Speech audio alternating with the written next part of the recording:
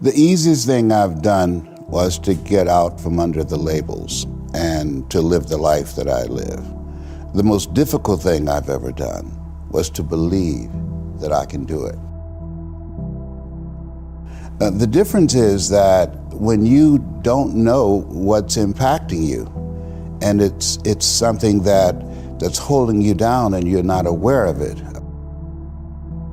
There are things that when you, in my situation, when you live in a dominant culture that is designed to destroy your sense of self and your belief in yourself, and you have to learn ways in which you can begin to connect with this power that you have within yourself to handle where you are. The key is to be constantly in a perpetual process of discovering the truth of who you are and fighting constantly to look for ways in which you can escape the inner conversation. Between ages 0 and 5, we determine what's available to us and what's not available to us. And so that was a defining moment. I knew there are certain things I could not do, certain places I could not go. They used to have signs on Miami Beach that said, Jews, dogs, and coloreds not allowed. And so now you have to operate within the constraints of the dominant society and the things that they've created for you. And it's a challenge to see yourself beyond that and to work to get outside of that even after those laws have changed, because that has become so much a part of you, you unconsciously operate within the parameters of what has been put in place. Like you're driving on the expressway, the 405, and you'll get off on an exit that you weren't going in that direction, but you unconsciously did it because you've done it so many times that many people, because they're not making a conscious, deliberate, determined effort to think outside of what life has thrown at them, they end up doing the same thing over and over and over again. Einstein said that thinking that has brought me this far has created some problems that this thinking can't solve.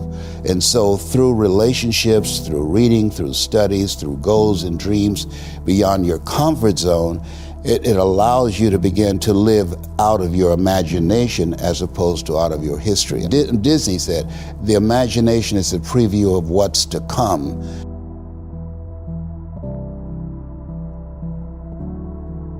They have to expose themselves to something that will give them a different vision of themselves. And in addition to that, they have to put themselves in a community of what I call OQP, only quality people. A gentleman who dramatically transformed my life, I was a junior at Booker T. Washington High School in Miami, Florida, and I went in his class looking for another friend, and he said, go to the board and work this problem out for me. I said, sir, I can't do that. He said, why not? I said, I'm not one of your students. He said, do it anyhow. And the other kids started laughing, saying, he's Leslie, he's DT.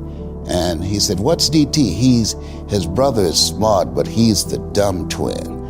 And I said, I am, sir. And he came from behind his desk and he pointed at me, he said, don't you ever say that again.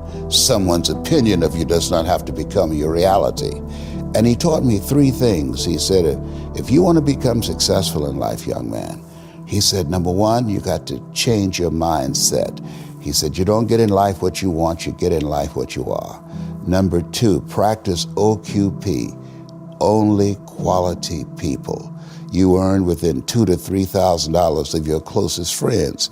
I found that out. I left all my broke friends. I said, y'all got to go. Because I used to be so broke, I'd pass a bank and trip the alarm, you know? And the 3rd thing he said, develop your communication skills, because once you open your mouth, you tell the world who you are. He said, those are 3 major things that you want to work on that will liberate you from living in Liberty City, living in poverty in Overtown. It will help to escape out of where you are right now, because I see you watching me and I know you want more. I can see the hunger in your eyes. You get hungry by finding something that's you. I believe that all of us are born unique, but most of us die copies. You got to find out what is it that turns you on, what resonates with you. One of the things that I realized and what allowed me to become successful as a speaker, the speaking industry has been hijacked by people who speak to sell, and it's okay to do that and make money. I speak to change lives because somebody spoke and changed my life. So this is my passion. This is my drive. This is something that I feel in my heart. And so the key to that hunger-driven life is a heart-centered life. I didn't do what I'm doing for years because of my programming, because of the culture in which I was raised in. I would see other people with degrees and PhDs and MBAs and credentials I don't have, and I convinced myself I couldn't do it. But Mr. Washington, on that day, we became friends, and he taught me not only someone's opinion of you does not have to determine your reality. He said that you have to work on yourself and you have to have an unstoppable attitude, and no excuse is acceptable, and you've got to make it a priority, a non-negotiable in your life, and hold a constant vision of what it is you want to achieve. See it accomplished and go all out. Find a way to win. In spite of the setbacks, in spite of the disappointments, in spite of your failures. I tell people when I'm giving presentations, you will fail your way to success. I have a saying, is life knocks you down, try and land on your back, because if you can look up, you can get up. And so those experiences of going after goals that's beyond your comfort zone, and having relationships that will challenge you, and surrounding yourself with coaches and mentors who can take you to a place within yourself that you can't go by yourself because you can't read the label when you're locked in the box. And so those experiences, they challenge you to go to that next level and continue to move forward in your life, doing new and exciting things that eye has not seen, ear has not heard, nor has entered the heart of mankind what God has in store for you when you live a heart-centered life, deciding that you're going to live a life that will outlive you. You're going to live a life that counts, a life that will build a legacy and change the planet. You know, Horace Mann said, we should be ashamed to die until we've made some major contribution to humankind. And so my goal is to make a major contribution to humankind. Every day when I get up, my mindset is, what is it that I can do to touch and impact somebody's life today? What is it? What does that look like? Don't live the life that has been given you by their circumstances, by the people that's around you.